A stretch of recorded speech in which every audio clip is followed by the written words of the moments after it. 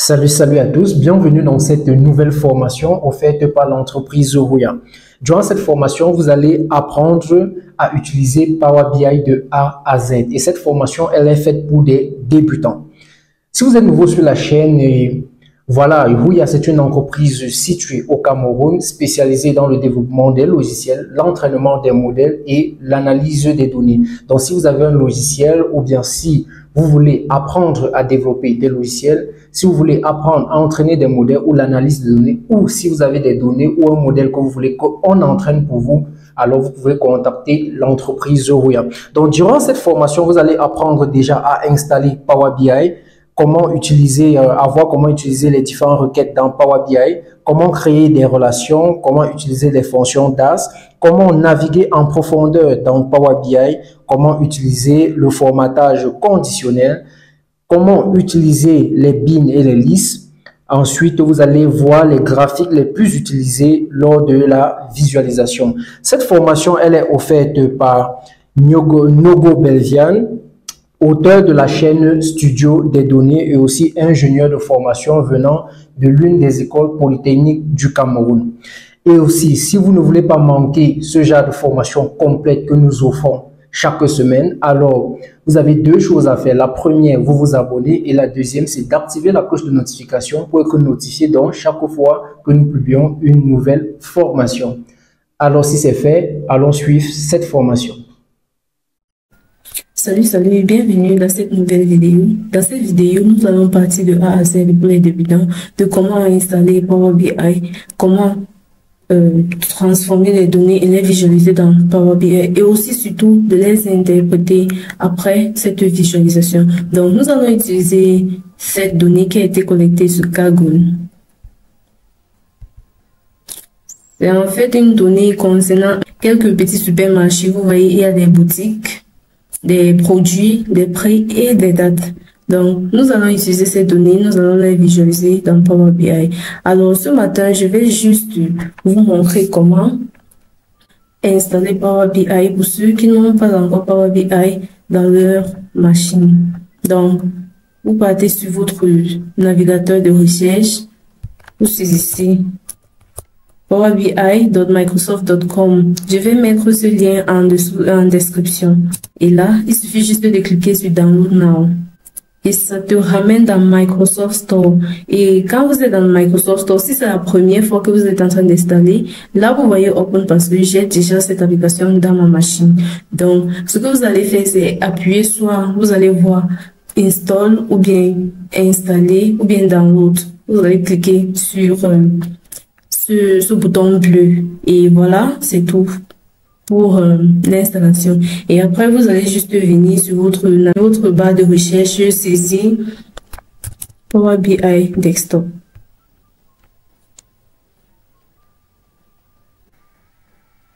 Voilà, cette interface, en fait, vous voyez, Select a Data Source or Start with a Blank Report, qui veut dire quoi?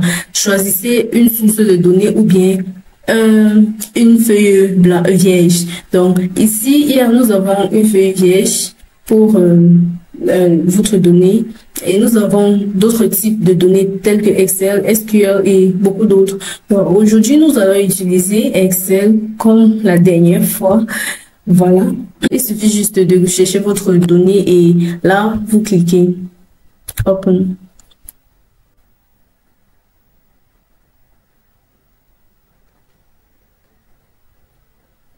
Alors, Navigator, là, c'est comme le navigateur, en fait.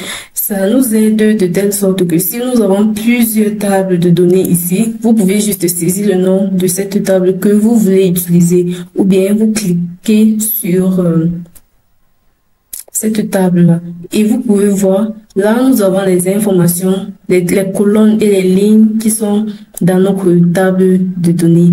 Alors, l'autre et transport data, c'est deux choses différentes. Je vais les expliquer. L'autre, en fait, si vous choisissez l'autre, ça veut dire que vous voulez directement passer à la visualisation. Pourtant, si vous choisissez transform data, ça veut dire vous voulez transformer vos données, peut-être retirer les doublons, retirer les colonnes, donc en fait les nettoyer quoi.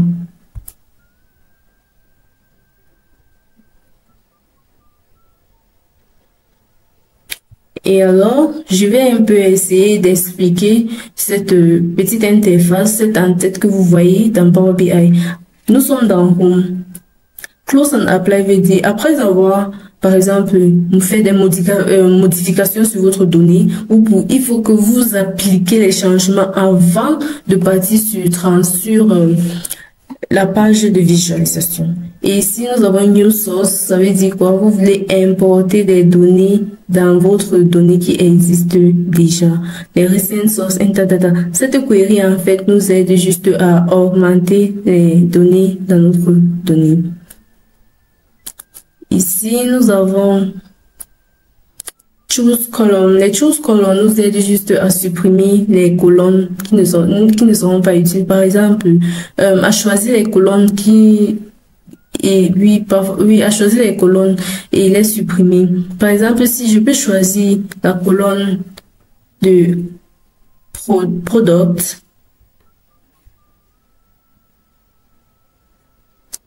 et je retire, ou bien je viens là, je choisis les colonnes que je ne veux pas utiliser.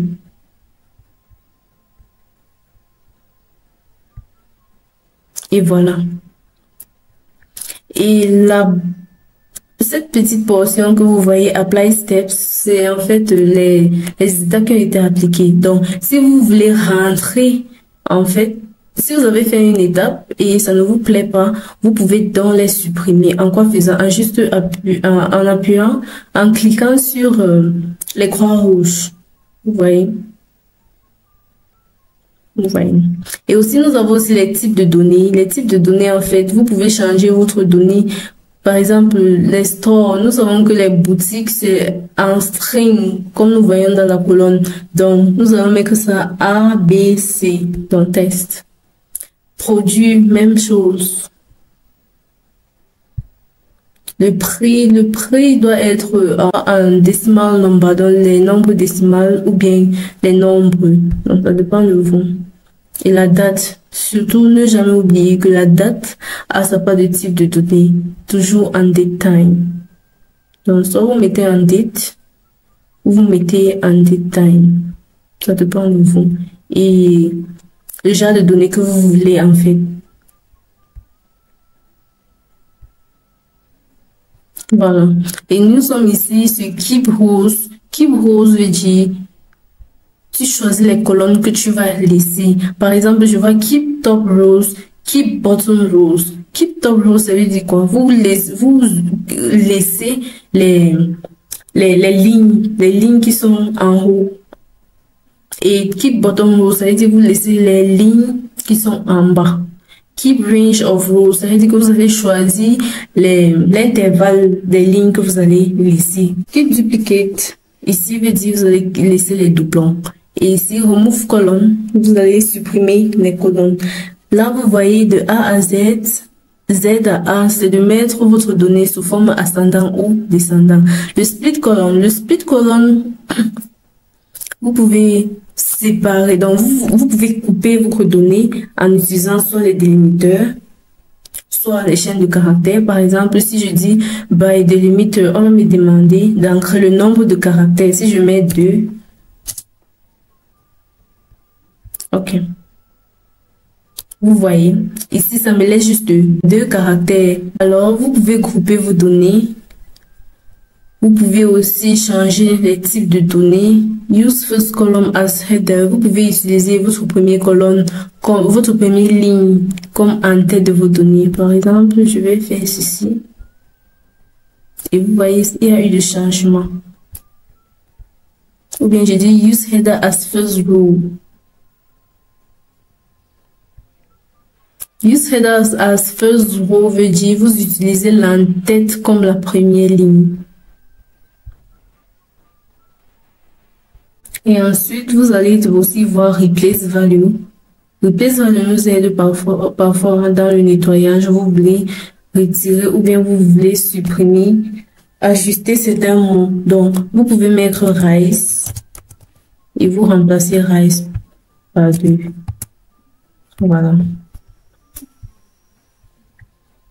Ici, nous avons les merge query. Vous pouvez combiner deux tables en une table. Par exemple, augmenter les nombres de colonnes. Et ici, append queries. Append queries, ça veut dire vous allez augmenter les nombres de lignes. Donc, vous allez augmenter.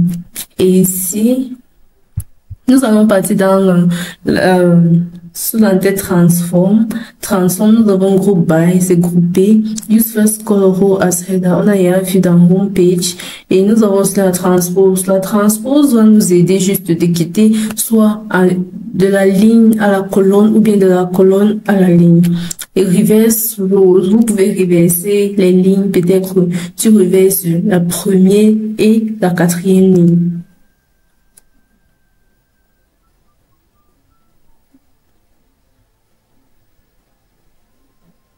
Vous voyez, il y a des changements. La transpose. Voilà à quoi ressemble la transpose. Le count rows compte le nombre de lignes.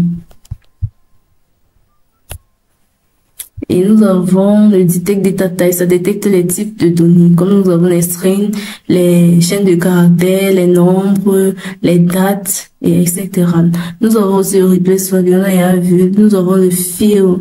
Le fill, ça va drop. Ça peut le drop le table store, ou bien fill up le table store. Il y a les pivot columns, ça crée par exemple d'une colonne pivot. Parfois vous allez voir dans Excel lorsqu'on veut visualiser les données, on passe toujours par les pivots. Donc vous pouvez aussi faire un on pivot table.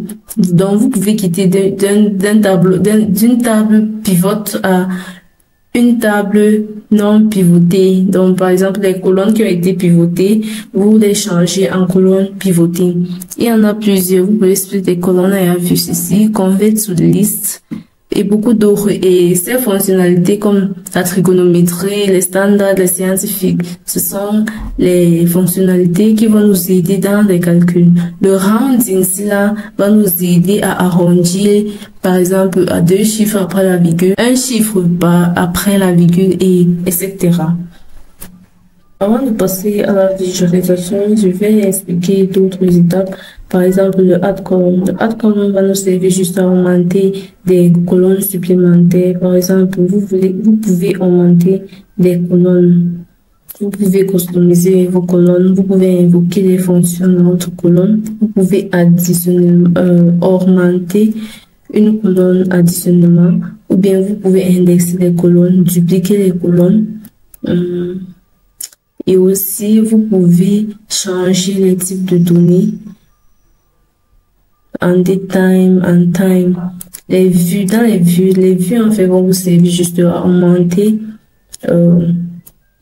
pour voir la spécialité des données que vous êtes en train d'utiliser. Par exemple, vous allez choisir la qualité des données, etc. Le tools et le hub. Et voilà, nous sommes à la fin de la transformation des données. Et surtout, si vous voulez changer le nom de votre table, vous venez soit ici sur propriété ou bien vous venez là sur la query, vous faites un clic droit et vous changez votre donnée. Je vais venir ici, je vais dire items. Maintenant, nous passons à la visualisation. Pour passer à la visualisation, il faut toujours se rassurer que vous appuyez sur Close and Apply, qui veut dire fermer et appliquer tous les changements. Il faut que tous ces nettoyages que vous avez eu à faire, ça puisse être sauvegardé afin d'importer ces données sur la table, sur l'interface de visualisation. Et voilà. Voici l'interface de visualisation. Voici le home page. Le home, vous voyez ici le détail sont les données. Vous pouvez augmenter les données, soit Excel, soit SQL, entrer vos propres données. Et donc ça, ce sont les sources des données en fait. Et ici, ce sont les queries. Soit vous pouvez rentrer sur Transform Data. Donc si j'appuie ici, ça rentre dans la transformation des données. Vous pouvez faire aussi un refresh et beaucoup d'autres. Le New Measure va nous aider à écrire des fonctions DAX qui est appelée Data Analysis Expression. Par exemple, les fonctions d'agrégation en utilisant la somme, les min, les max. Et nous allons aussi utiliser les quick query. Sur la table Insect, vous pouvez insérer, par exemple, une boîte de texte, la boîte de texte, des boutons, les formules, les images et beaucoup d'autres. Sur le modeling, vous pouvez augmenter soit les nouvelles mesures, les nouvelles colonnes et les nouvelles tables. Donc, ça dépend de vous. Et aussi, la nouvelle colonne, vous pouvez aussi appliquer la fonction DAX. Dans les vues, ces vues-là, ça nous aide à changer la couleur de notre interface. Donc, après avoir visualisé votre donnée, par exemple, si vous avez choisi des couleurs telles que le noir, le blanc, quand vous allez venir ici, vous allez choisir un autre style en fait. Et toutes ces couleurs-là vont changer. Vous pouvez aussi faire des filtrations. Le bookmark va vous servir à augmenter des fonctionnalités, par exemple comme le add, le hide et la sélection des données, la filtration. Et nous avons aussi le optimize, le hub. À ma gauche, vous avez le report view qui va vous servir à faire votre visualisation. Vous avez aussi le table view. Ici, vous voyez juste la table de vos données. Et vous avez le model view. Le model view va vous servir à créer les relations entre différentes tables. Vous allez voir ça dans la suite de la vidéo. Et nous avons aussi les tags. C'est écrire les expressions ou bien les fonctions en utilisant les agrégations et beaucoup d'autres. Donc, nous allons utiliser l'histogramme pour visualiser le prix par boutique et par produit. Donc, je vais d'abord choisir une table. Je vais choisir la boutique qui est dans le store et le prix.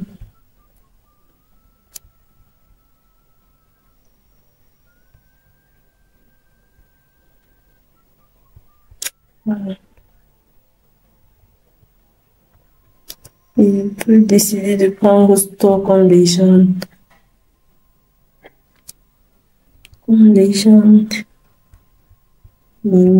Là, on peut voir le wall map est plus élevé que d'autres, que le Target et Cosmos. Ça veut dire, à wall map, ils vendent plus de produits comparé à d'autres boutiques. Nous allons encore créer une nouvelle table qui va contenir le prix, les produits et la légende qui serait la boutique.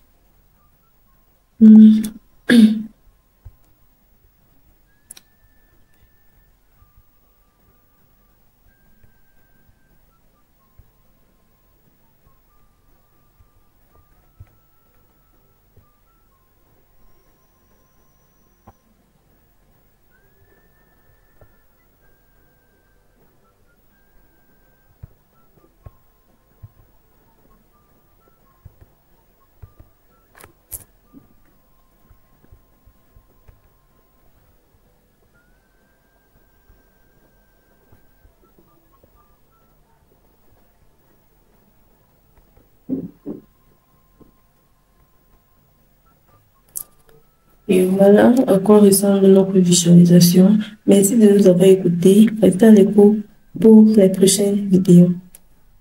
Salut, bienvenue dans cette nouvelle vidéo. Dans cette vidéo, nous allons continuer dans notre série de tutoriels pour les débutants. Alors, nous allons continuer cette série en nous focalisant sur comment utiliser la query dans Power BI. Ici, nous avons la donnée qui a été connectée sur Kaggle, nommée Item Power Query. Cette fichier a trois tables de données. La table Purchase Tracker qui est la suivi des achats. La table Pivot Table qui est Généralement, nous voyons plus les tables en pivot dans Excel. C'est comme en fait une barrière entre les données brutes et la visualisation. Donc, moi, je conseille toujours que avant de faire vos visualisations, c'est toujours conseillé de passer par les tables en pivot dans Excel pour une meilleure visualisation. Nous avons aussi les purchase overview. Les purchase overview ici, ce sont les ensembles des achats qui contiennent la localisation, les produits, les mois de toutes ces transactions. Alors, nous allons importer toutes ces données dans Power BI, les visualiser, les transformer en utilisant les queries. Donc, Power BI.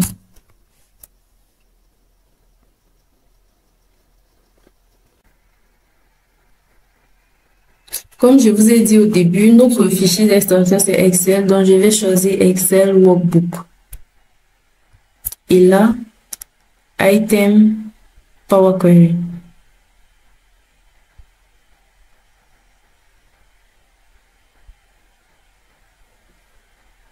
Ici, nous allons plus nous focaliser sur les deux tables qui sont sous forme de pivot. Donc, nous allons choisir le pivot table et le purchase overview.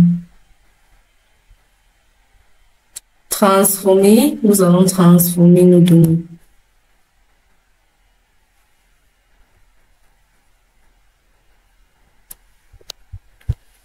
Avant de commencer, je vais d'abord renommer pivot table en pivot table 2024. Et par la suite, je vais juste essayer de changer la source de données. Pour changer votre source de données, ce que vous allez faire, c'est de venir sur source, ou double-cliquer. Et voilà, vous pouvez voir là où votre fichier se trouve dans votre machine. Donc, vous pouvez décider de changer la localisation de votre fichier.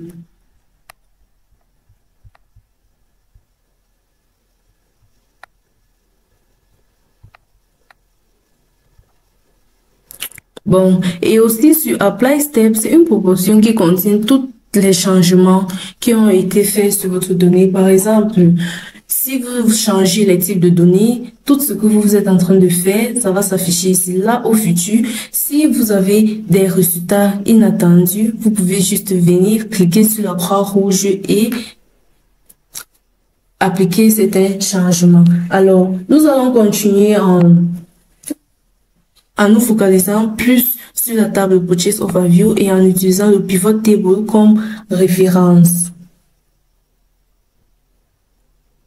Je tiens aussi à vous informer que la table Pivot est extrêmement important dans Excel et c'est très bien dans Excel pour vos visualisations. Mais dans Power BI, ce n'est pas vraiment bien, ce n'est pas vraiment parce que ça va changer la structure et ça ne serait pas vraiment facile pour la visualisation. Donc, ce que nous allons faire, c'est nous allons d'abord commencer en retirant les deux premières lignes qui ont des informations nulles.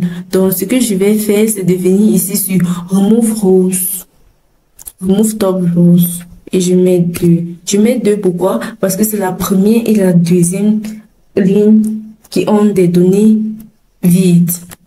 Et je clique sur OK. La prochaine étape, c'est je vais utiliser la première ligne comme en-tête. Donc, je viens juste ici, je clique là. Et voilà. Et ensuite, nous allons aussi changer toutes ces données sous forme décimale en nombre. Donc, je viens là, je mets nombre.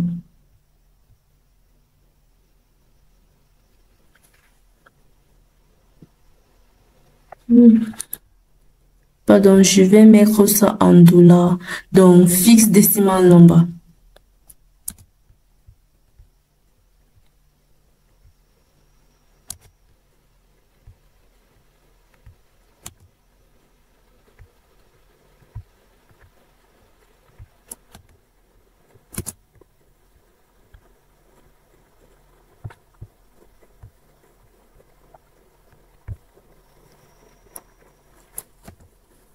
Ensuite, je vais juste venir dans Location. Je vais supprimer toutes les lignes qui ont des valeurs nulles. Donc, ce que je vais faire, il y a trois façons de faire cela. Soit je viens là, je clique ici, je mets OK. Vous voyez, je vais rentrer pour montrer la deuxième étape. La deuxième étape, c'est de venir ici et de cliquer sur Remove Empty. Vous voyez, et la troisième étape, par exemple, ici, nous voyons que partout où il y a non, nous avons total, il y a un mot, je vais dire un mot unique qui ne fait qu'afficher total. Donc, ce que je vais faire, c'est de venir ici. Je vais cliquer sur Text Filter et je vais cliquer sur Does Not Contain. Donc, Text Filter, ça ne contient pas total.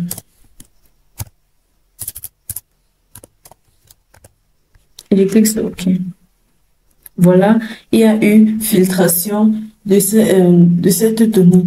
Et ensuite, je vais continuer par la suite en retirant la colonne de grand total parce que ça ne va pas me servir.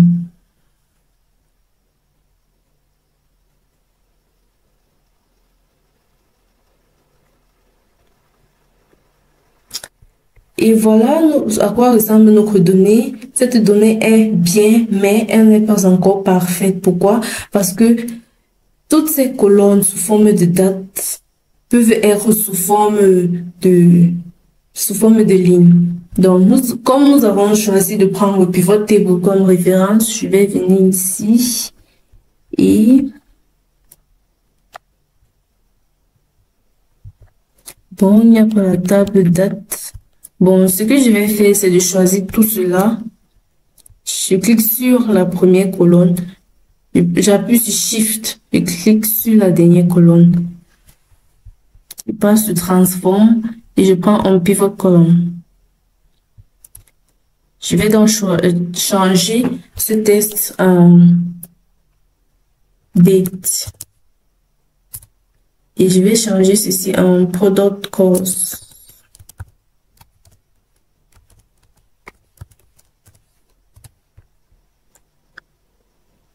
Et ensuite, je vais changer le data type, date time, non date.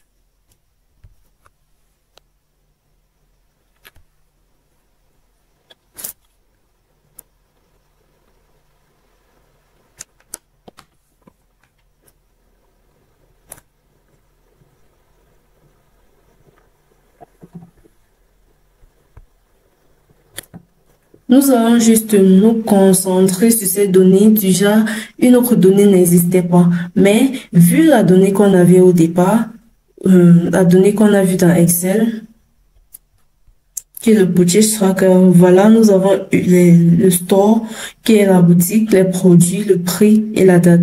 Et lorsque nous venons dans Power BI, nous avons la localisation, oui, les produits, la date et les produits et les coûts du produit. Et ensuite, nous allons aussi changer, nous allons partir dans Pivot Table. Nous allons changer, nous allons essayer de faire de la même façon. Donc, je vais prendre la première colonne. Je vais mettre la première colonne, la première ligne sous forme de colonne.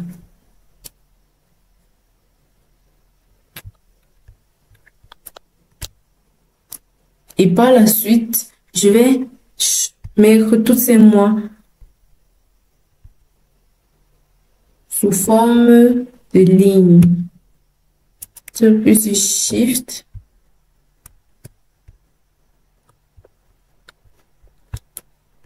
Clique sur On Pivot. Et voilà à quoi nous avons affaire. Donc, voilà à quoi ressemble notre donnée. Et pour passer à la visualisation, nous allons juste appliquer les changements dont nous allons faire. Nous allons cliquer sur Close Apply.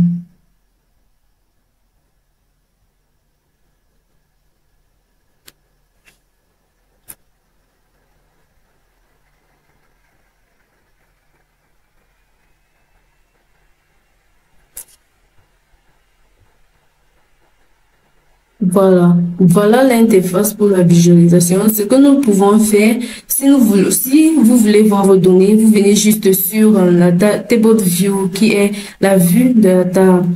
Vous cliquez là.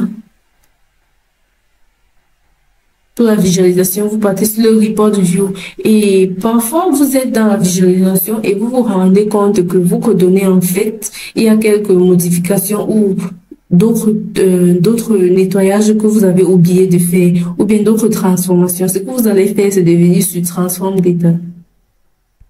Et là, vous rentrez dans le Power Query Editor. Merci de nous avoir écoutés. Restez à l'écoute pour les prochaines séries. Salut, bienvenue dans cette nouvelle vidéo. Dans cette vidéo, nous allons continuer avec notre série. Cette série qui va porter sur comment créer et gérer des relations dans Power BI. Alors, lorsque nous importons plusieurs tables de même source ou bien de sources différentes et on veut les lier ensemble, du genre lorsque tu crées une visualisation, tout soit connecté et tout fonctionne. Déjà, tout doit fonctionner sous forme pour que votre audience puisse comprendre que c'est une seule table. Alors, dans ce tutoriel, nous allons voir comment créer ces visualisations pour que toutes ces tables soient connectées. Dans ce fichier étudiant, nous avons notre donnée appelée Item Relationship. Nous avons le Item Store qui contient les produits, les noms, les prix et les coûts des produits. Nous avons aussi le Item Sales, nous avons le Customer ID, l'identifiant unique du client, le nom du client et le produit, l'identifiant unique du produit, le solde unitaire du produit et quand ils ont acheté le produit. Nous avons aussi le Customer Information, les informations du client. Donc, nous allons ouvrir Power BI.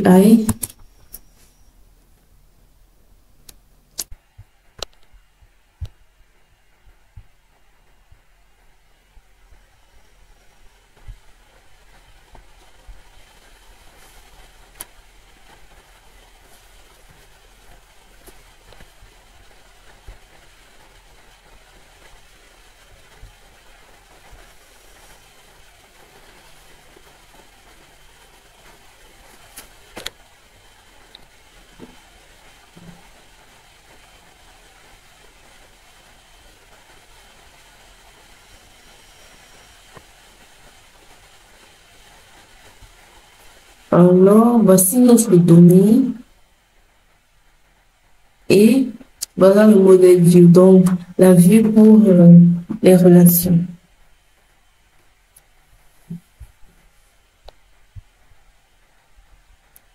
Voilà d'abord une relation que Power BI nous donne à défaut. Pour voir ce qui se passe en arrière, derrière ces relations, il suffit juste de cliquer sur ces flèches. Donc, tu double-cliques sur la flèche. Et là, tu vas voir qu'il y a une relation entre Customer dans la table Item Sales et Customer Information. Bon, nous pouvons aussi nous pouvons choisir comment créer la relation entre ces deux tables en utilisant le Customer ID, donc l'identifiant unique du client. Je vais choisir Customer ID et Customer ID. Ici, nous voyons les cardinalités. Nous avons plusieurs cardinalités. Nous avons le one-to-many, le many-to-one qui est plusieurs à un, le one-to-one qui est 1 à 1, le one-to-many qui est 1 à plusieurs et le many-to-many qui est plusieurs à plusieurs. Nous avons aussi les cross-filter direction, les directions, que ce soit single ou bottom, ça part dans une seule direction ou bien ça part, le bot c'est que ça part dans les deux directions. Et aussi nous avons un texte ici qui dit make this relationship active. Lorsque vous allez cocher make this relationship active, ça veut dire quoi? À défaut, votre relation serait toujours sur Customer ID. Donc si je clique ici et je prends Save.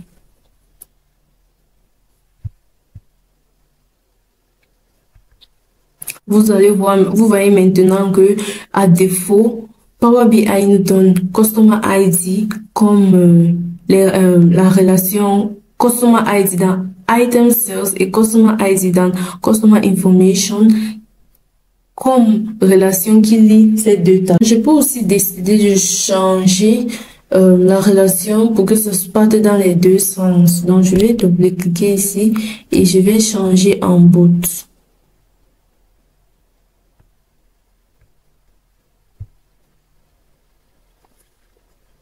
Et voilà, vous voyez deux flèches qui partent dans des sens différentes.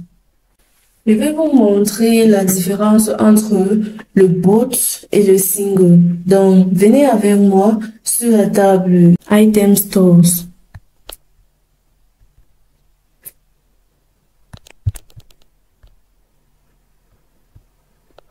Create New Measure. Et dans New Measure, nous allons écrire Count. Si vous avez remarqué, dans tous les produits Microsoft, il y a ce qu'on appelle le IntelliSense. Donc, ça finit ce que vous avez à écrire et parfois aussi, ça vous aide à vite saisir et aussi à faciliter la tâche. Donc, je vais mettre Customer Item Sales de Product ID. Donc, je peux juste mettre Product ID. Et là, le Product ID. Je ferme la parenthèse. J'applique.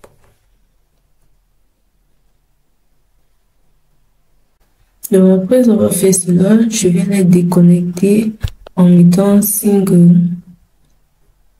Et je vais vous montrer, ou bien je vais vous prouver la différence entre le bot et le single. Montez dans la visualisation.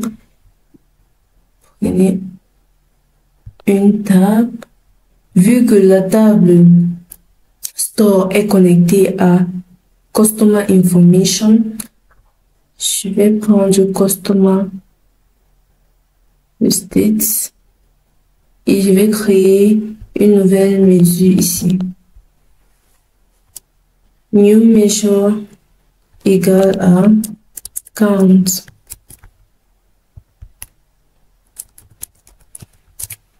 Of Product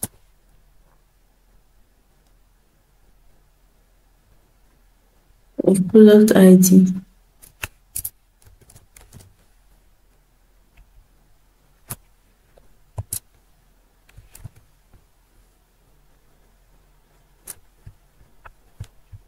Je fais commit.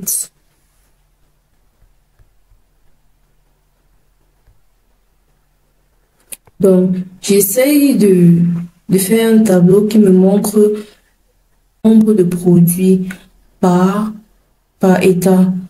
Donc voilà, ça me montre que mes souris 10 partout et le total c'est 10. Juste pourquoi? Parce qu'on a un single relationship.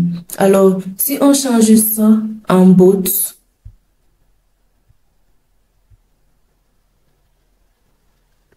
et on monte ici.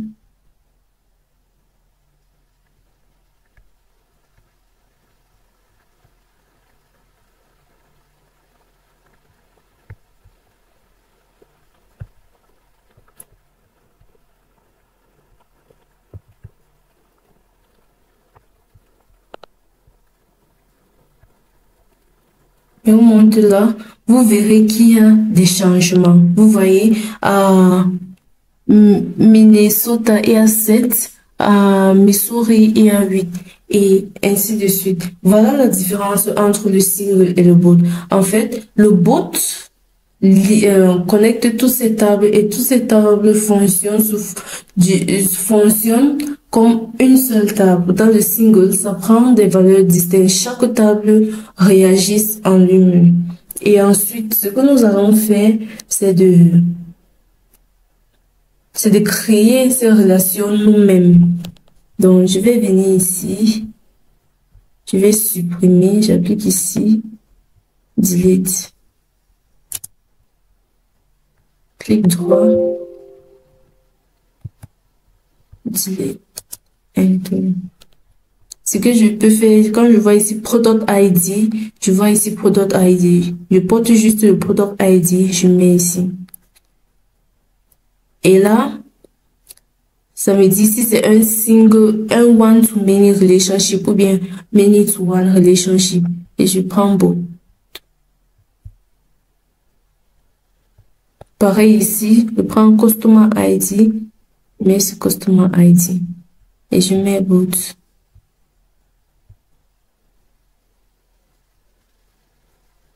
Aussi, il faut se rassurer que vous avez bien compris ceci parce que ça devient de plus en plus complexe lorsqu'on a plusieurs tables. Merci de nous avoir écoutés. Restez à l'écoute pour les prochaines séries. Salut, bienvenue dans cette nouvelle vidéo. Aujourd'hui, nous allons étudier les DAX, qui sont les Data Analysis Expressions, qui sont généralement utilisés dans Power BI et dans Excel. Donc, si vous êtes déjà familier avec les fonctions DAX dans Excel, ne craignez point parce que c'est exactement la même chose. Donc, ce DAX, aujourd'hui, va juste nous aider à créer ou bien à écrire des formules qui vont nous aider à faire des calculs tels que la somme, le min, le max, les counts, la moyenne. Donc aujourd'hui, nous allons utiliser les données des boutiques et des ventes pour créer des nouvelles mesures et des colonnes pour créer des fonctions DAX. Voilà notre donnée qui s'appelle le item DAX. Nous avons le item store qui contient juste les informations du produit. Nous avons aussi le item sales qui contient le nom du client et l'information du produit qu'il a commandé. Donc, nous allons juste venir sur notre barre de recherche saisie par un BI.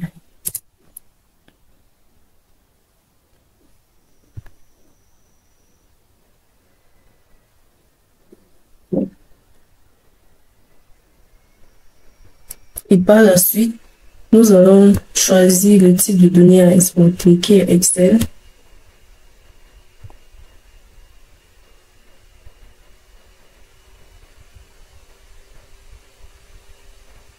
Je choisis tous mes deux tables parce que toutes ces deux tables seront utiles. Je vais les load. Je ne vais pas les transformer les données, donc je ne vais pas choisir transformer les tables.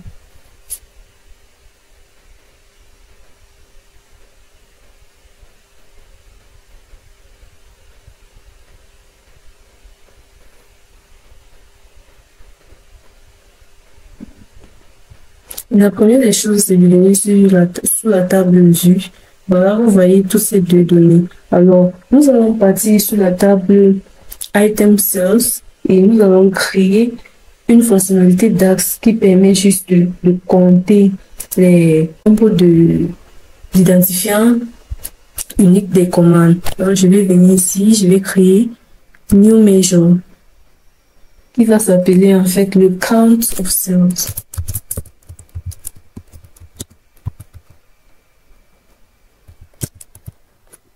Sera égal au count du order ID.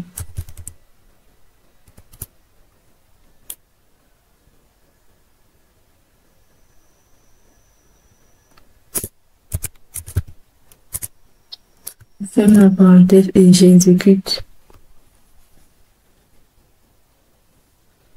Et voilà.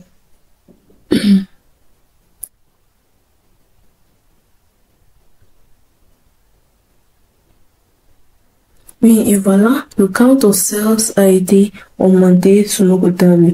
Pour la suite, nous allons juste essayer de vérifier, de regarder qui achète en moment les clients. Donc, nous allons monter sur la table de visualisation. Nous allons utiliser une table.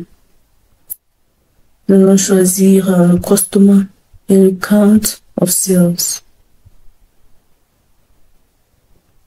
Et vous voyez, à chaque client, nous avons le nombre de produits qu'il a vendus, qu'il a commandé.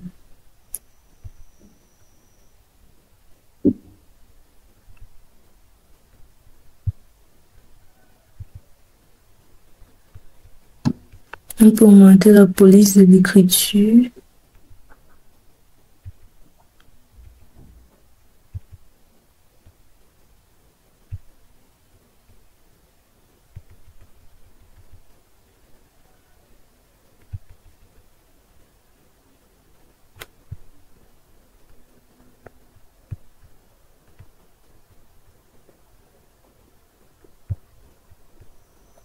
Le colonne header, c'est pour les en-têtes des colonnes.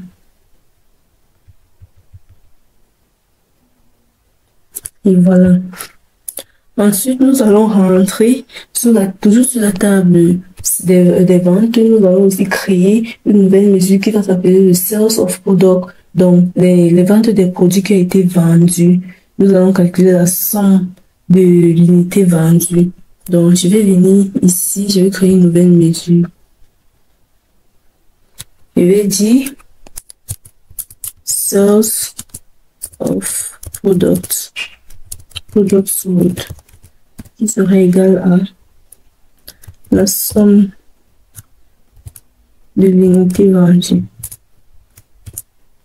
Et j'exécute le code.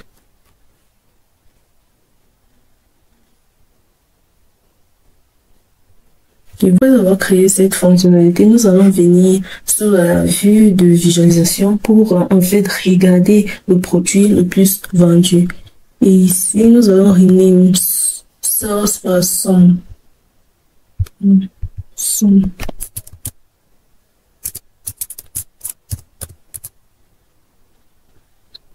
Donc, nous allons créer une nouvelle table qui va contenir le nom du produit et la somme des produits vendus. Là, je viens sur le label value, je change ça en 14. Et je monte sur le colonne header, je change ça en 14 aussi. Et voilà, nous pouvons voir que nous avons environ 3001 produits vendus. La somme, c'est 3001. Et à chaque produit, nous avons la totalité de combien de produits ils ont vendus.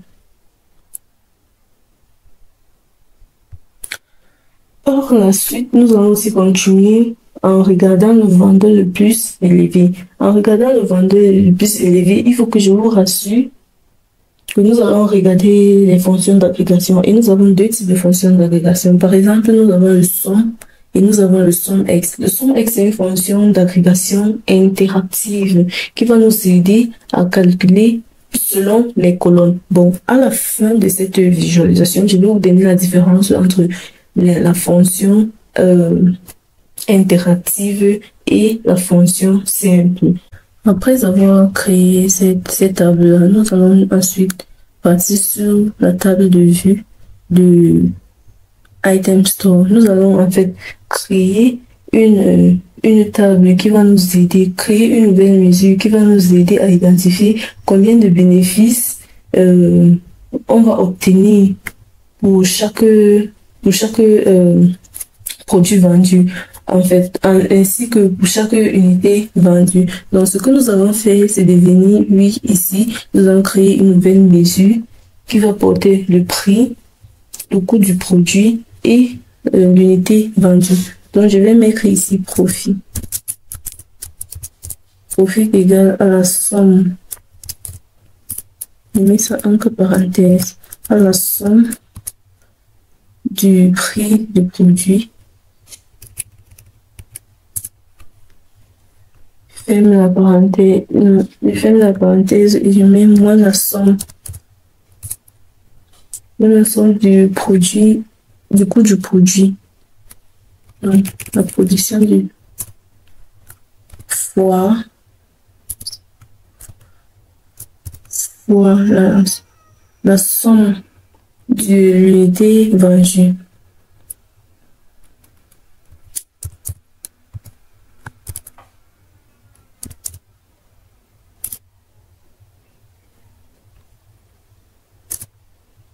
Je ferme la parenthèse. J'exécute le code.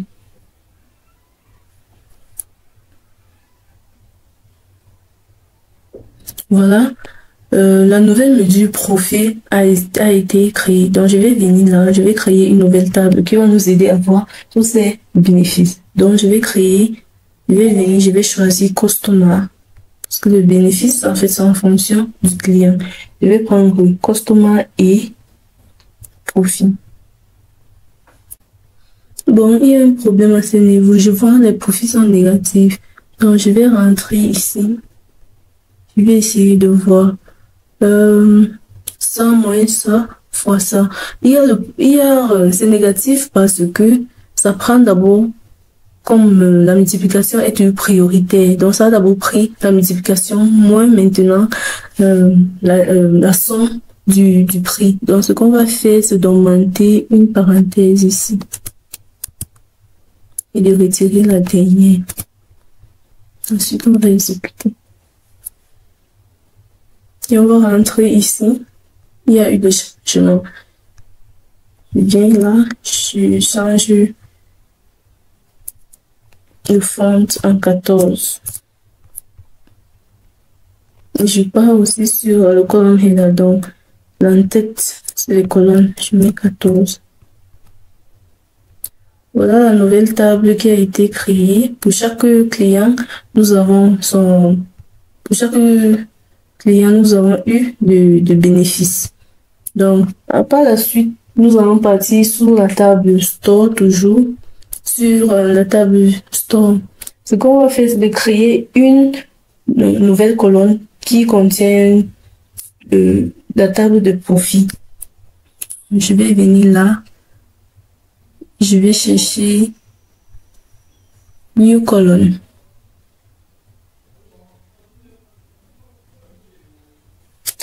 Et je vais mettre Profit Column.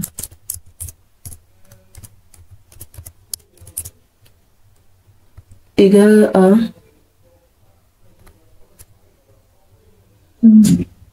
on a fait l'erreur là.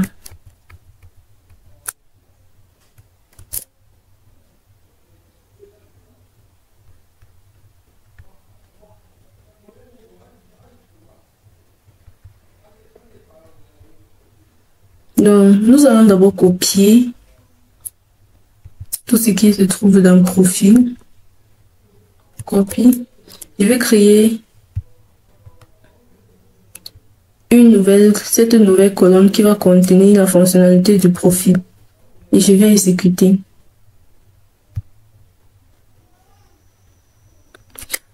Bon, ici nous pouvons constater que le profit column, cela ne fait pas ce que nous voulons en fait.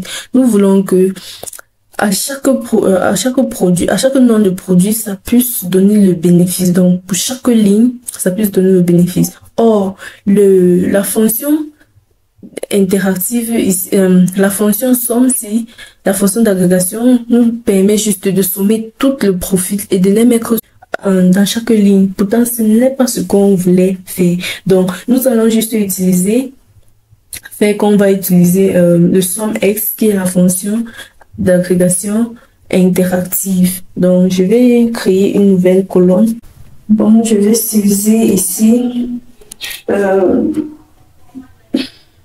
vais styliser ici profil colonne SUMX égal à SUMX. Vous voyez, là, ça m'affiche le nom de la table où je vais mettre cette expression. Donc, je vais mettre la table item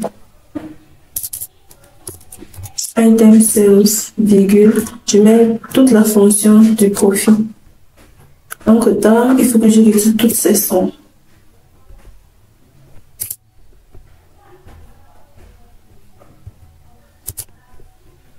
Là, maintenant, je ferme la parenthèse et j'exécute cette fonction. Et voilà, vous pouvez constater ici que la somme ici est différente de celle-ci. Ce que ça fait en fait ici, c'est les fonctions d'axe d'agrégation simple essaient juste de sommer tout le profil, je dis bien tous les profils et les mettre sous forme et ça, le résultat vient sous forme d'une seule ligne. Et voilà, maintenant ça essaie juste d'insérer toute cette donnée dans des lignes. Pourtant, la fonction d'agrégation interactive nous aide à sommer en fonction des lignes. Donc, pour chaque ligne, ça somme son profit. Pour chaque ligne, ça somme son profit. Pourtant, pour le profil colonne, ça somme toute la colonne et ça donne toutes ces informations sous forme de ligne. Bon, La prochaine des choses qu'on va faire, c'est de venir sur la table Item Sales et de créer une colonne qui va nous servir juste à voir les noms les noms de la semaine. Donc, ce que je vais faire, c'est que je vais venir ici, je vais créer une new colonne. À la fin de la vidéo, je vais vous donner la différence entre la colonne et la mesure et aussi je vais vous donner la différence entre le DAX, les DAX functions d'agrégation simple et d'agrégation interactive. Donc, je vais mettre ici weekday, day of week. Week égale à weekday.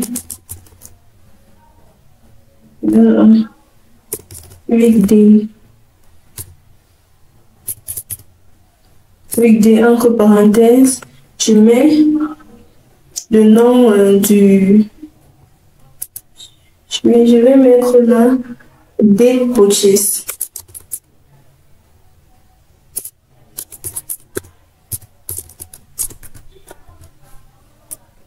Et voilà, je ferme. Et ensuite, je vais choisir le nombre, soit 1 me dit, je clique là, ça me dit, dans son égal à 1 et ça c'est égal à 7. Pour la deuxième étape,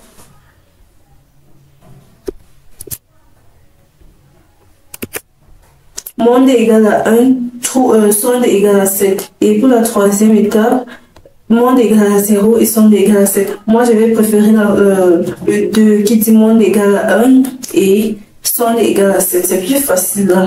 Donc, je ferme la parenthèse et j'exécute le code. Voilà, on a créé une nouvelle table qui présente les jours de la semaine. Voilà Saturday qui montre 6, Sunday qui montre 7. Après avoir créé cette colonne, je vais venir pour visualiser les jours de la semaine. Donc, ce qu'on va faire ici, c'est de venir là, choisir un diagramme en bas. Et par la suite, on va augmenter des purchases. Cela, c'est des abscisses. Et on va aussi choisir unit sold. On va mettre celui-là, c'est des ordres. Et voilà ce qu'on a comme résultat. Et on va essayer ici de filtrer jusqu'en mois et en jour. Donc je vais retirer l'année, le quartier, et il me reste le mois et la date. Et je vais encore filtrer en laissant juste la date. Voilà ce qu'on a. Et vous voyez, lors de cette visualisation, vous pouvez constater que bon, on a une visualisation en bas et on a cela des abscisses les jours de 0 à 32. On ne sait vraiment pas à quoi cette donnée nous aide. Donc, on a jusque 7 jours de la semaine. Donc, ce qu'on va faire maintenant, c'est de créer un autre type de visualisation toujours en bas qui représente juste les jours de l'année. Les jours qui représentent juste les jours de la semaine. Donc, je vais venir ici, je vais créer un nouveau banc. Je vais toujours mettre unit sold sur l'axe des abscisses. Et sur l'axe des ordonnées, je vais mettre D8. Day of week. Ici. Bon, et voilà. Voilà notre visualisation. Vous voyez que nous avons de 1 à 7 et quand on parle des jours de la semaine, nous avons lundi, mardi, mercredi, jeudi. Donc c'est facile pour une audience non technique de comprendre cette visualisation. Et par la suite, je vais vous montrer comment utiliser les instructions if dans Power BI. Il suffit juste de... Ici, on va créer une nouvelle colonne. On va nommer cette colonne Order Site qui est égale à, entre parenthèses, qui est égale à if tu me mets le nom de cette colonne que je vais utiliser, unit sold. This suit is greater than, est plus grand que 25, virgule. Vous allez mettre le texte big order. Une virgule ou soit small order. Ce que cette instruction fait en fait, c'est comme quand vous mettez le if, vous mettez la table qui contient cette colonne ou bien la table où vous voulez écrire cette expression.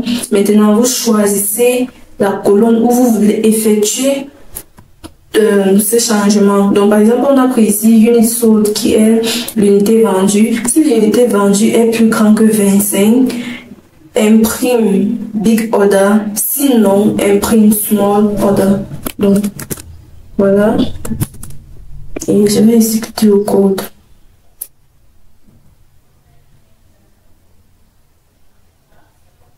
Vous voyez ici nous avons unit sold de 32 est plus grand que 25, donc nous avons big order. Là où nous avons small order, nous pouvons constater que unit sold est plus petit que 25. La différence entre la nouvelle mesure et la nouvelle colonne est que la nouvelle mesure est une valeur calculée ou dérivée à partir des données existantes, tandis que les nouvelles colonnes représentent l'ajout de nouveaux champs de données brutes ou d'attributs au jeu de données. Et aussi, nous avons aussi la différence entre les fonctions simples et les fonctions d'agrégation. La fonction, par exemple, somme, opère directement sur une colonne de données et calcule la somme de toutes les valeurs de cette donnée. Tandis que le somme avec x, qui est la fonction d'agrégation interactive, permet d'appliquer une expression personnalisée à chaque ligne de données avant d'en faire la somme, offrant ainsi plus de flexibilité dans le calcul des mesures. Merci. Nouvelle vidéo. Dans cette vidéo, nous allons nous focaliser comment utiliser les navigateurs de profondeur, genre qui va nous aider. C'est quoi dans les navigateurs de profondeur? Les navigateurs de profondeur, c'est nous aide juste à ouvrir une nouvelle page ou un rapport affichant des données détaillées liées à l'élément sélectionné. Vous pouvez alors explorer ces données plus en détail. Vous pouvez aussi sélectionner les éléments, afficher les détails. Genre, si vous avez des données et vous avez visualisé les données écoles, il faut que vous puissiez cliquer sur les écoles et vous voyez les différents types d'écoles. Vous voyez un peu, c'est à ça. Donc, les navigateurs de profondeur vont nous aider dans Power BI. Et ce matin, nous allons utiliser les données qui ont été toujours collectées sur Kaggle et nous allons commencer notre visualisation. Donc là, c'est sur Power BI.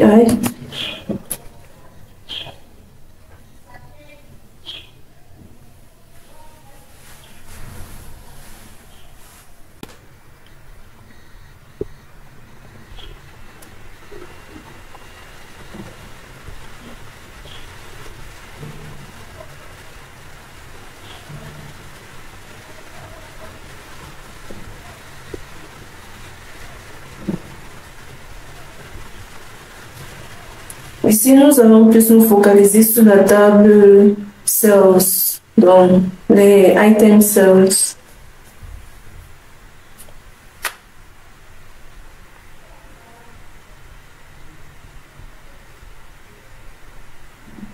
Voilà notre donnée. La première des choses que je vais faire, c'est de visualiser un bar chart qui contient les boutiques et les prix. Donc, je vais venir ici, je vais chercher Store. Store, ici, là, je vais mettre sur l'axe des abscisses. Et maintenant, Prix sur l'axe des ordonnées.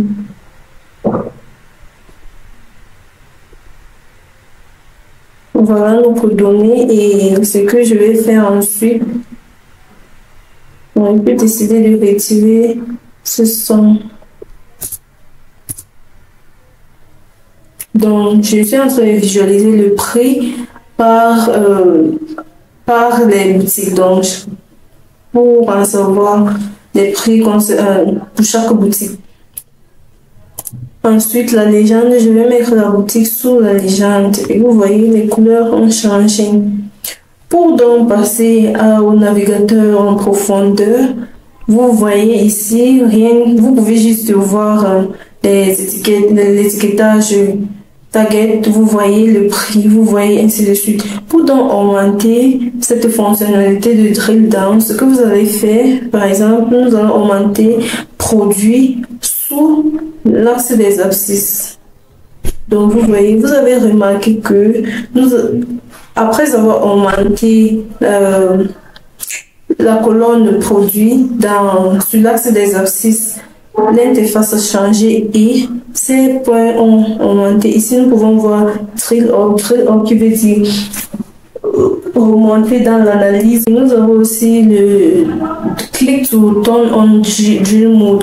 Donc, vous passez au navigateur profondeur si vous cliquez ici. Et si vous cliquez ici, vous passez à the lowest level of data. Le lowest level of data, ça veut dire que vous partez d'un niveau hiérarchique. Et si vous cliquez ici, on dit go to the lowest level of data. Ça veut dire que vous allez partir vous allez développer tous les éléments sur un niveau de la hiérarchie. Voilà, si je clique ici drill up, ça revient à l'interface qu'on avait au départ. Et maintenant, si je clique sur drill down, je clique sur store qui est code co, voilà.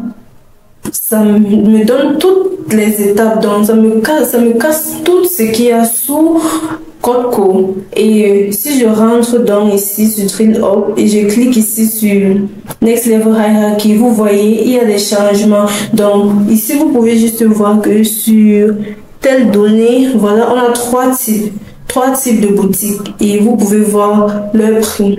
Et aussi on peut aussi passer à la hiérarchie. On peut aussi développer tous les éléments sur un niveau de la hiérarchie. Vous voyez, on développe tout point sur sa hiérarchie, l'autre point sur sa hiérarchie et l'autre point sur sa hiérarchie. Et voilà, si j'ai décidé de mettre store sur la légende, on rentre à la visualisation initiale. Donc, ce que je vais faire ensuite, c'est de visualiser un graphe à part. Là, je vais choisir Customer et Item, so donne les unités vendues par rapport au client. Je vais donc prendre Unit Sold qui va aller sur l'axe des ordonnées et Customer. L'axe des abscisses, l'axe des ordonnées autant pour moi. Et ici, je vais mettre Customer sous la légende.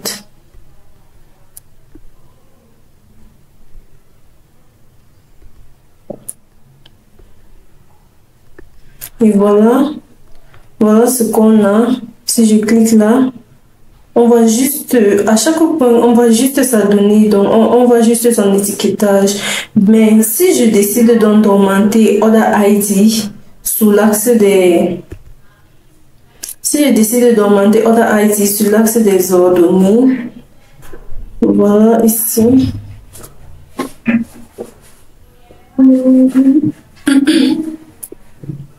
Ouais. Vous voyez, toutes ces navigateurs ont apparu. Nous avons le navigateur drill up. Par exemple, je clique là, ça me donne l'interface, la visualisation qu'on avait au départ. Et si je clique sur drill down que je venais juste d'expliquer, en fait, quand vous venez sur drill mode is on, vous cliquez maintenant sur la donnée que vous voulez que ça vous navigue profondément.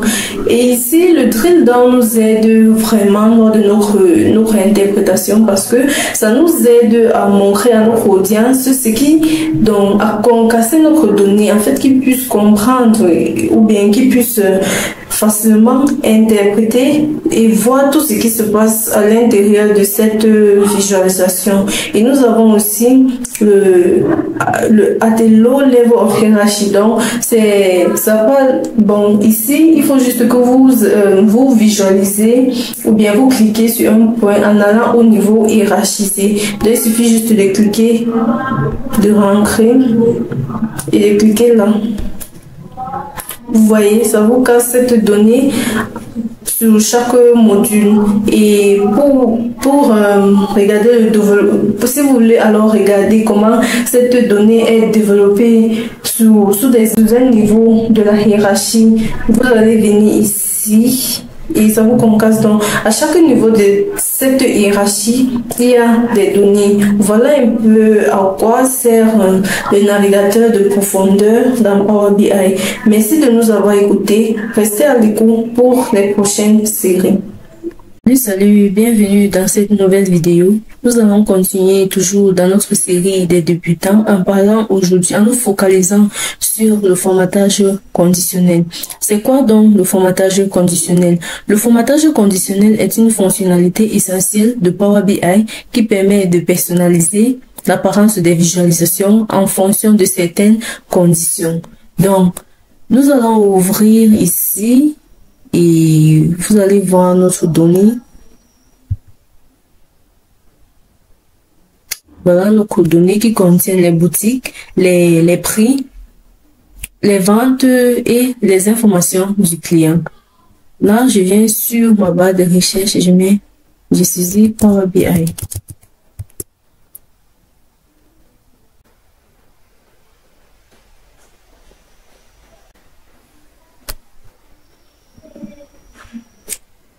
Ensuite, choisissez votre fichier d'installation de données et voilà, Item Conditional Formatting.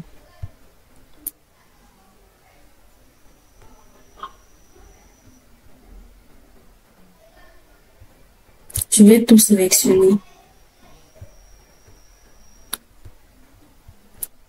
L'autre.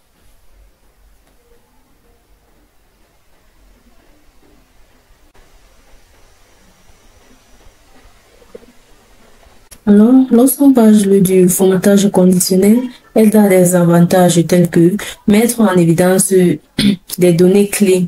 Par exemple, vous pouvez attirer l'attention sur des valeurs importantes, les tendances ou les anomalies en appliquant des mises en forme spécifiques.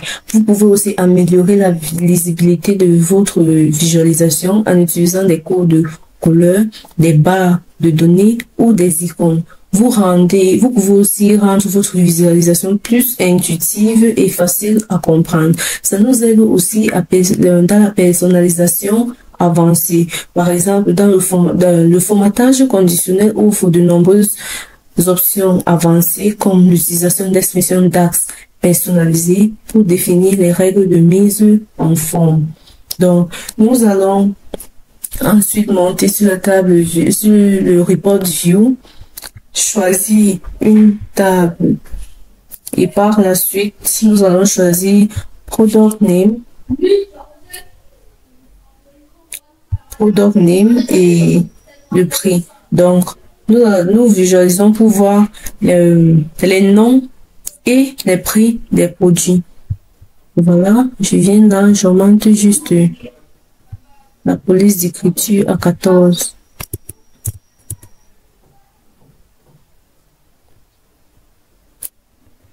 Et par la suite, j'augmente aussi l'entête à 14.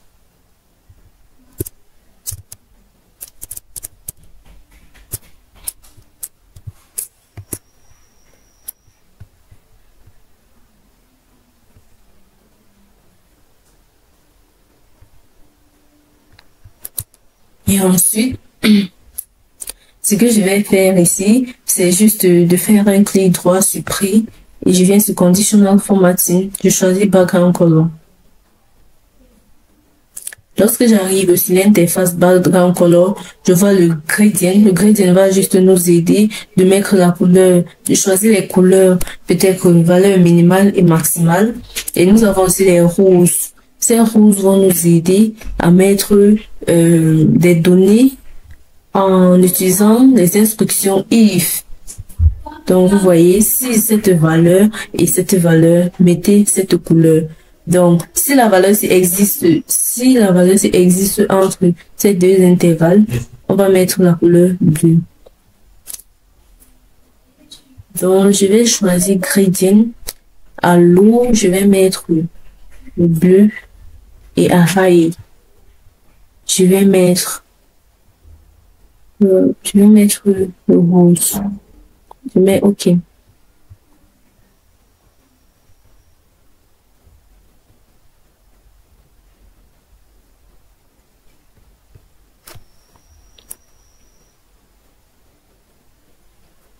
Pour qu'il y ait changement, nous allons rentrer ici.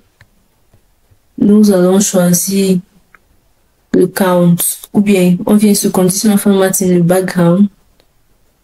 Pardon, nous allons changer le count en minimal pour voir ce changement. Donc le summarization nous aide juste, ça contient des fonctions d'agrégation comme la somme, la moyenne, le min, le max, le count, le standard deviation. Donc ça dépend de ce que vous voulez en fait. Je vais cliquer sur minimum, je vais dire OK.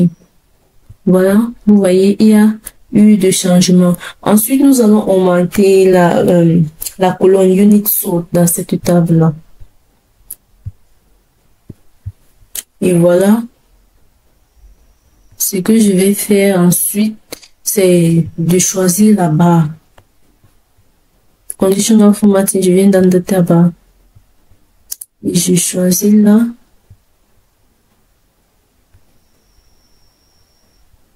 Le violet et je dis OK. Vous voyez, je peux cliquer ici pour mettre sous forme ascendante et je peux encore cliquer pour mettre sous forme descendante. Donc ça dépend de moi. Ce qu'on va ensuite faire ici, c'est de rendre ça, de gâcher cette visualisation. Quand je parle de gâcher cette visualisation, c'est d'augmenter plus de formatage pourtant qui va rendre l'interprétation plus difficile et qui va aussi pousser l'interpréteur, par exemple, à être dévié ou bien à ne pas comprendre, qui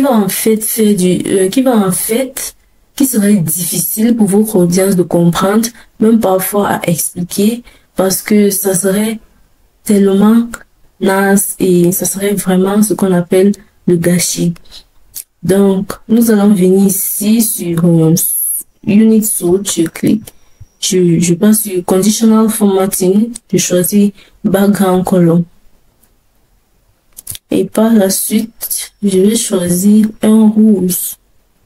Et ici, je vais dire if, si ça est plus grand, je vais mettre 0 ici, je vais choisir le nombre. Et ici, je vais mettre 200.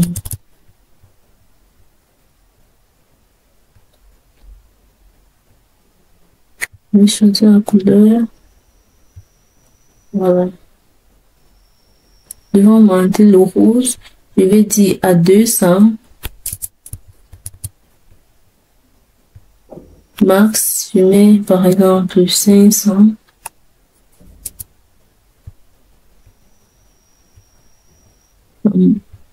Le max.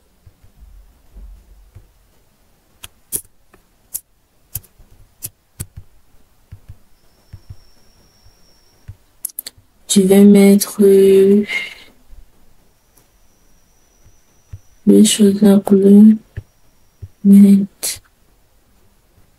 vais cliquer sur OK. Et vous voyez, là, vous ne parvenez même pas à expliquer ce qui se passe. Ce que je peux dire ici, c'est que sur l'unité vendue, multitold est plus élevé comparé aux d'autres. Mais quand vous voyez déjà la portion vert citron et orange, vraiment, je ne sais pas comment il va interpréter ça. Et par la suite, nous pouvons aussi utiliser l'icône. Donc, je clique là, je choisis background, je viens ici, je choisis icône. Donc, en fait, quand je clique sur Conditional Formatting, tout ça, ce sont les formatages conditionnels. Donc, je vais venir ici, je mets 0 à 33, c'est déjà là. Donc, j'applique juste sur OK et vous allez voir. Regardez, c'est vraiment difficile à interpréter. Donc, après avoir fait cela, nous allons rentrer ici et nous allons mettre là. Je vais partir sur Conditional Formatting. Vous voyez, il n'y a pas de data bar, donc je ne peux pas insérer de bar. Par contre, si je viens, je clique ici sur Somme et je rentre, je clique sur Conditional Formatting. Voilà le data bar. Je vais choisir, voilà, data bar, la somme et tout. Je vais mettre la couleur en disons bleu. Je dis OK.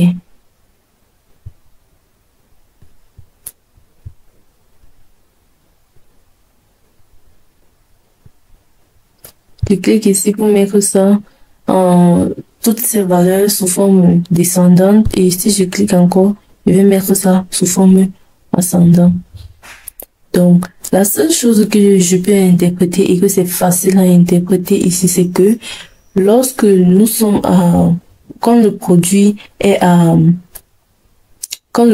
nommé waterproof, nous avons une revenu plus élevé qui est 13 091 et ainsi de suite. Donc, ce que nous pouvons en tirer ou bien ce que nous pouvons interpréter à travers ces données, c'est que plus à partir du produit Water Purity, les revenus deviennent de plus en plus petits. Donc nous pouvons conseiller à ces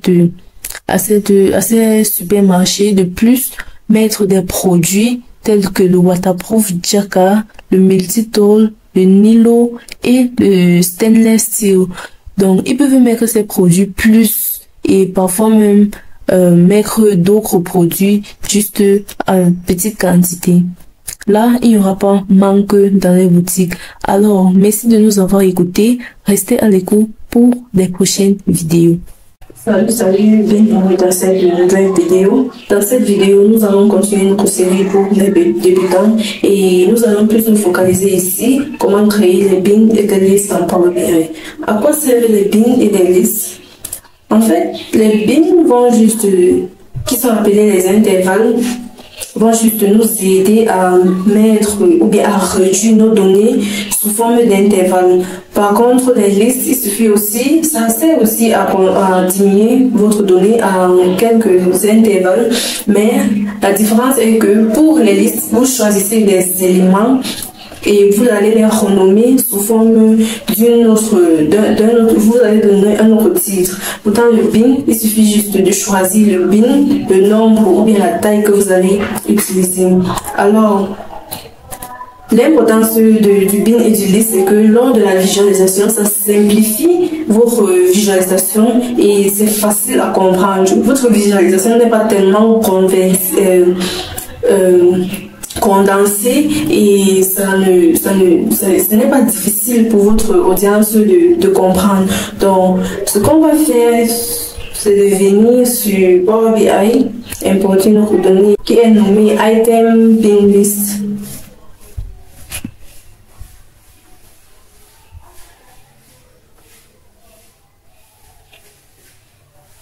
Et par la suite, je vais choisir toutes mes tables.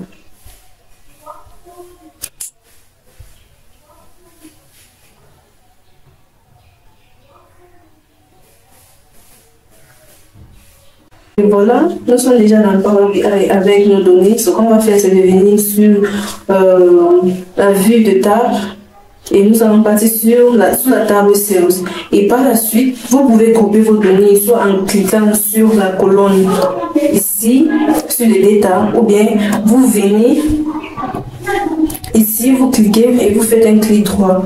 Vous prenez New Group. En fait, vous voyez ici, nous avons un customer group. Je vais changer le groupe en liste.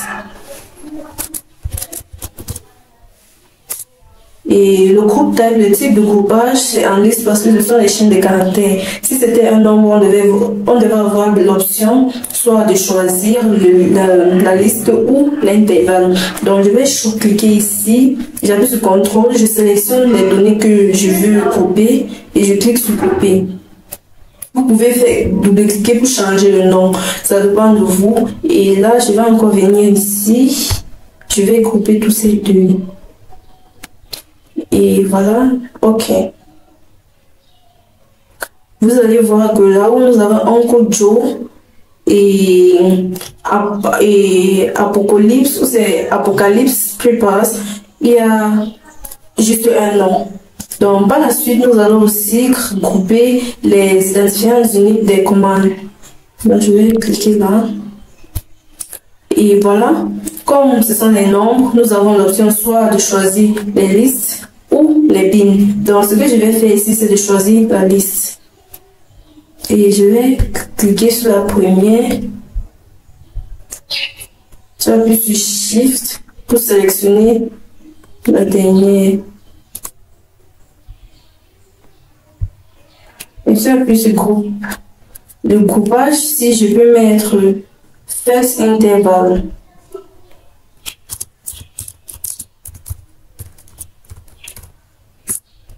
Et pour celle-ci, je vais appuyer sur Shift et je vais les grouper Second Interval.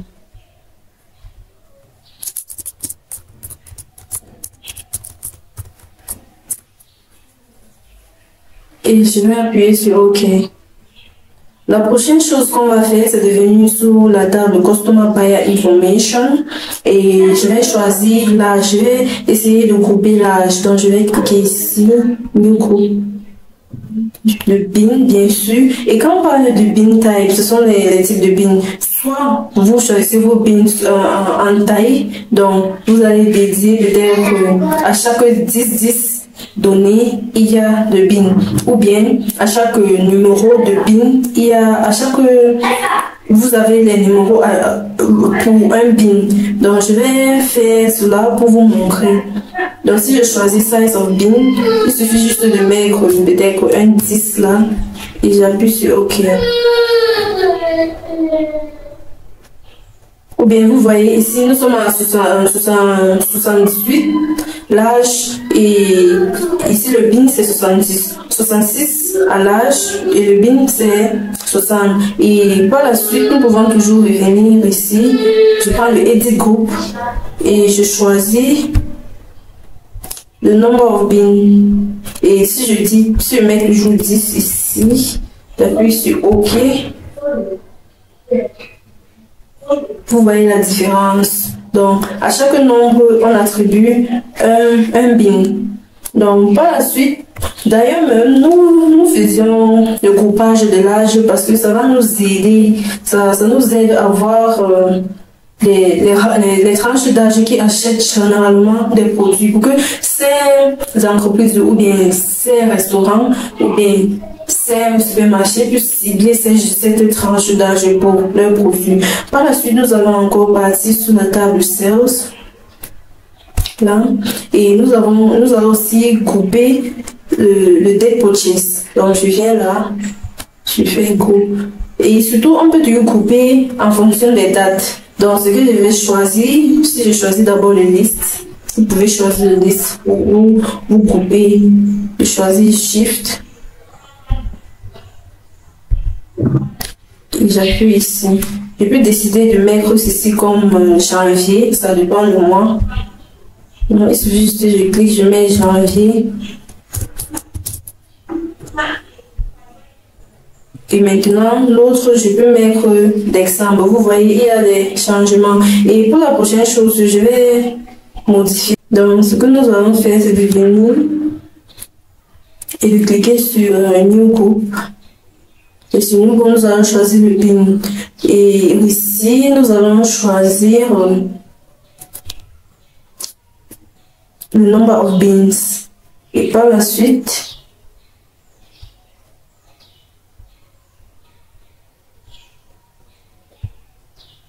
Autant pour moi, nous allons choisir le size of bin. Et par la suite, nous allons mettre mon. Donc, vous pouvez choisir soit l'année, le mois, la date. Mais ici, nous allons choisir le mois et nous allons mettre donc, à chaque mois, ça attribue une intervalle. Je vais dire OK.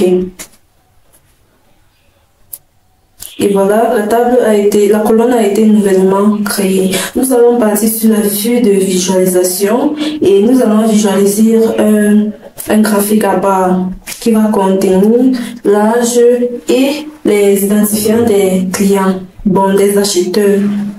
Ce que je vais faire, c'est de venir sur la table Customer Buyer, je choisis Age et par la suite, je cherche le Buyer ID.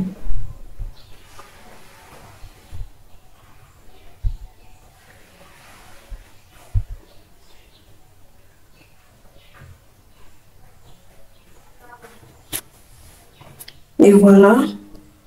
Et ici, là, c'est la donnée brute. Donc, vous voyez, je vais un peu essayer d'agrandir.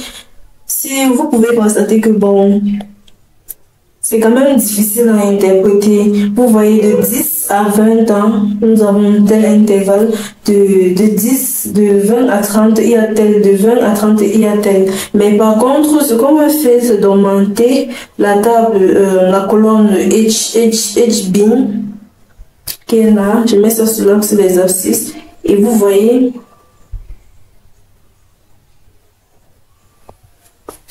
vous pouvez voir les changements sur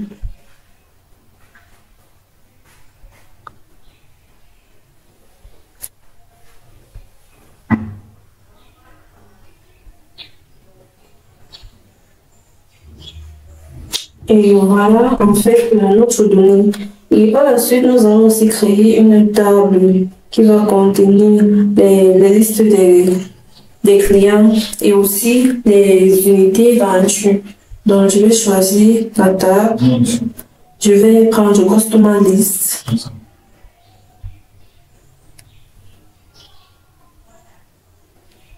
Customer List. Et aussi, je vais prendre une sold.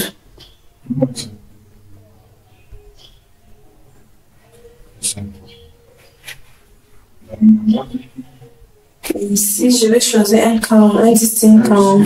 Voilà la visualisation qu'on a à la fin de cette tutoriel. Restez concentrés et si vous avez des questions, veuillez les poser en dessous des commentaires. Merci de nous avoir écoutés. Salut, bienvenue dans cette nouvelle vidéo. Dans cette vidéo, nous allons nous continuer sur la série des débutants en nous focalisant sur cette série qui va porter sur les types de visualisation, les types de chat qu'on utilise généralement lors des visualisations. Alors, venez avec moi dans Power BI, importez votre donnée. Ici, nous allons choisir le Item Visualization.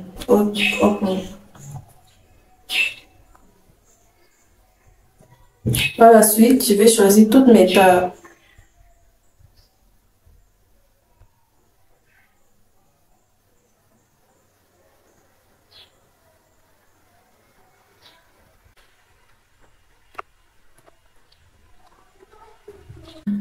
Généralement, il y a des types de graphes qu'on utilise plus récemment et il y a d'autres que des analystes n'aiment pas utiliser parce que ça, lors de l'interprétation, en fait, ça fait en sorte que vous ne parvenez pas à facilement visualiser la proportion. Donc, ce qu'on va faire ce matin, c'est de visualiser un graphique en bas. Donc, nous allons venir ici. Nous allons choisir Product Name. Donc, je vais partir sur la table Sales. Je vais choisir Product Name. Product Name. Et par la suite, je vais cliquer sur l'unité vendue. Là. Et par la suite, je vais prendre le Product Name comme la légende. Et voilà. Vous pouvez voir qu'il y a eu des... Là, et quand je mets un product name comme légende, chaque graphe, chaque barre a sa couleur. Et par la suite, nous allons juste mettre l'étiquetage en venant sur Visuals et j'active le Data Label On. Et voilà, vous pouvez voir toutes ces étiquetages. Et par la suite, il y a aussi un autre graphe qui est aussi utilisé, qui est le 100% Start Column Chart. Ici, nous allons visualiser le customer, le unit sort et le product name. Donc, je vais venir ici, je vais prendre le customer. Voilà, le customer. Et par la suite, je vais prendre le unit sort. Et pour la légende, je vais choisir le nom du produit. Et là, vous pouvez voir qu'à chaque produit, il y a un nom. Et vous pouvez voir comment ça évolue en fonction de chaque unité vendue. Donc, ce que je vais faire ici, c'est d'augmenter l'étiquetage. Là. Et voilà, nous avons les étiquetages. Pour le prochain graphe, nous avons aussi le line chart qui est généralement utilisé pour visualiser les dates dans les événements, les durées, et etc. Donc, je vais choisir le line chart. Le line chart. Et là, je vais mettre le date purchase. Le date purchase. Et par la suite, je vais mettre le unit sold. Et voilà à quoi nous avons affaire. Et pour la légende, je vais juste mettre le nom des produits. Bon, voilà, vous pouvez voir. Et ce qu'on va faire, on va essayer de filtrer les dates des commandes juste en mois et en jour. Donc, je vais retirer l'année, le quartier. Et voilà ce que j'ai. Et par la suite, si je veux, je vais retirer. Par la suite, vous allez voir, il va retirer le mois. Donc, pour filtrer ceci, je peux juste venir sur Date Purchase. Ou bien Date Purchase Month. Je choisis January. Voilà les données de janvier, février, ainsi de suite. Et je peux venir sur Purchase Day. Je vais choisir là. Je vais partir sur Basic Filtering. Je vais choisir un vendredi lundi. Nous avons lundi, mercredi. Donc, ça dépend de ce que vous voulez faire. Ou bien, lors de votre interprétation face à votre audience, vous pouvez utiliser ces filtrations pour plus démontrer ou bien pour plus naviguer en profondeur. Donc, je vais juste visualiser ceci en utilisant les dates. Pas dans les jours, autant pour moi. Et voilà. Voilà ce qu'on a. Et par la suite, nous allons aussi essayer de visualiser un scatter chart. Un scatter chart, c'est généralement des points pour voir la relation entre deux types de données ou bien pour voir comment il y a corrélation entre les données. D'après cette ligne graphique, on va passer aux line bar chart qui sont généralement des graphes qui ont en surplus les lignes. Donc, je vais venir ici sur line and start column chart. Et voilà. Sur l'axe des abscisses, je vais mettre le product name. Je vais insérer le product name. Sur l'axe des ordonnées, je vais insérer le prix. Et sur la ligne, je vais insérer le production cost. Et vous voyez, il n'y a pas d'évolution. Donc, ce que je vais faire, c'est de mettre le prix en somme. Je vais sommer le prix. Et aussi pour la ligne, je vais aussi sommer qui est évolution. Et voilà. Voilà notre bar chart. Vous voyez. Donc, je vais la déposer quelque part là. Et par la suite, ce que je vais faire, c'est de créer un scatter chart. Donc, des charts où vous voyez juste de l'évolution et vous regardez aussi s'il y a des relations entre certaines données ou bien entre certaines features.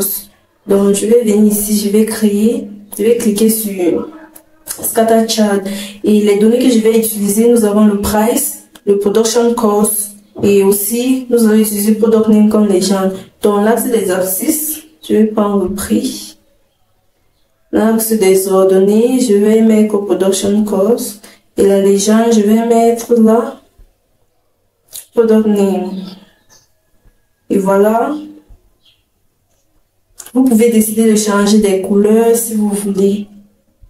Mais ça, c'est un peu une visualisation. C'est juste pour vous montrer comment tout ça fonctionne. Et pour la prochaine visualisation, nous avons ce qu'on appelle généralement les cartes. Non, nous avons généralement ce qu'on appelle les cartes. Les cartes nous aident à voir l'évolution et aussi à faire des filtrations. Donc, ce que je vais faire, c'est de venir ici et cliquer d'abord hors du graphe. Je vais choisir carte.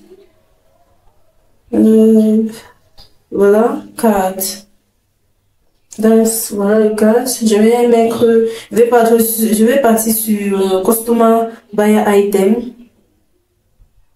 Je vais prendre le Total Purchase. Et voilà.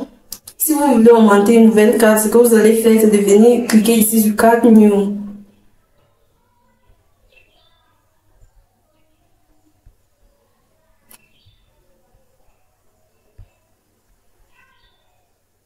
Je mets par exemple le price.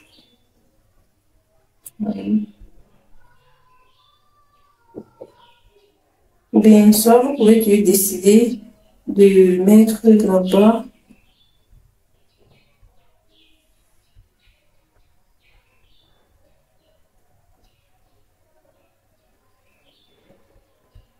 Copie et je paste. Paste. J'essaie juste d'ajuster.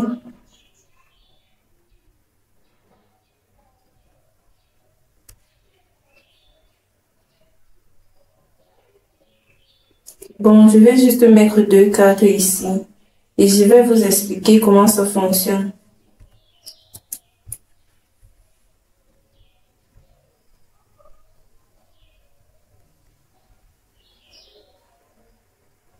Donc, ce que je peux faire, c'est soit je peux centraliser toutes ces données.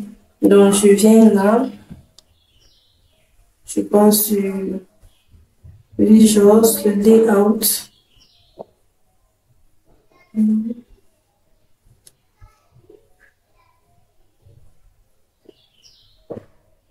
Je vais changer le texte. Peut-être cela, diminuer la police de l'écriture en peut-être 30. Et ce que vous allez faire par la suite, c'est de centraliser. Et voilà, j'avais fait la même chose ici. Donc, je mets 40 là. Et je choisis Arial Black.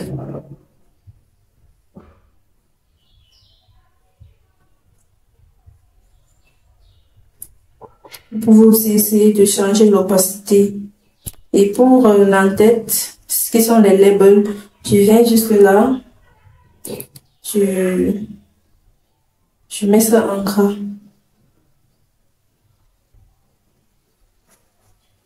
Et je choisis la couleur noire. Et voilà. Lorsque vous venez ici, vous pouvez changer la somme des commandes totales en peut-être le count. Donc, je peux mettre count là. Et ici, c'est la somme. Voilà un peu ce que la visualisation. Il y a plusieurs autres visualisations. Il y a aussi le pie chart et le donut. Généralement, les gens n'utilisent, les analystes n'utilisent pas trop le donut chart parce que ça donne une fausse interprétation, quoi. Je ne sais pas comment décrire cela, mais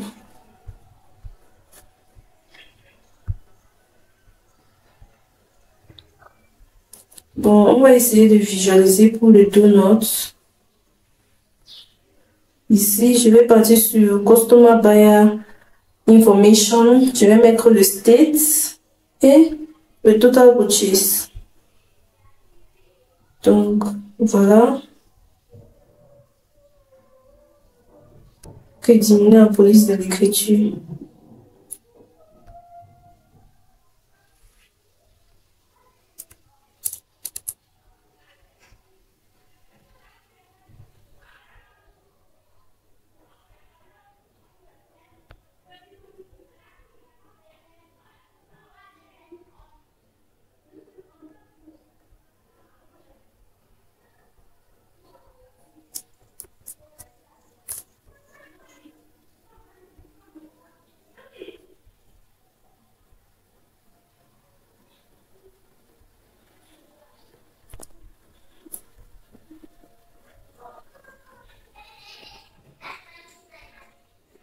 Et voilà ce qu'on a. Généralement, ce que je voulais expliquer, c'est il y a les gens, il y a les analystes. Bon, je connais plusieurs analystes qui n'aiment pas utiliser le donut.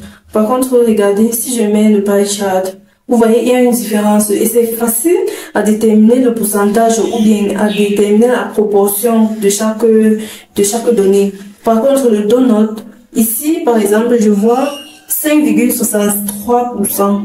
Et ici, je vois 5,68%. Ce n'est pas vraiment évident parce que à la vue de visualisation, je peux dire que tout ça, le bleu, l'orange et le violet, peut-être ont la même proportion. Donc, voilà ce qu'on fait généralement dans Power BI. Merci de nous avoir écoutés.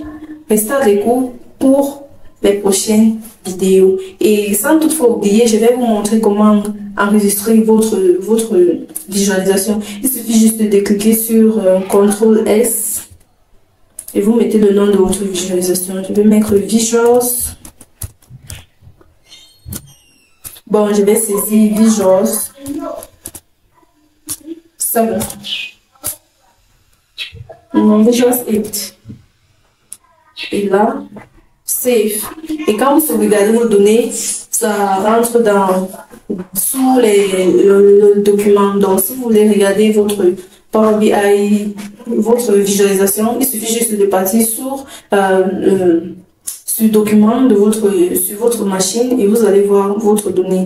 Merci de nous avoir écoutés. Et si à la fin de cette formation, vous avez eu des préoccupations et des soucis, veuillez les déposer en dessous des commentaires.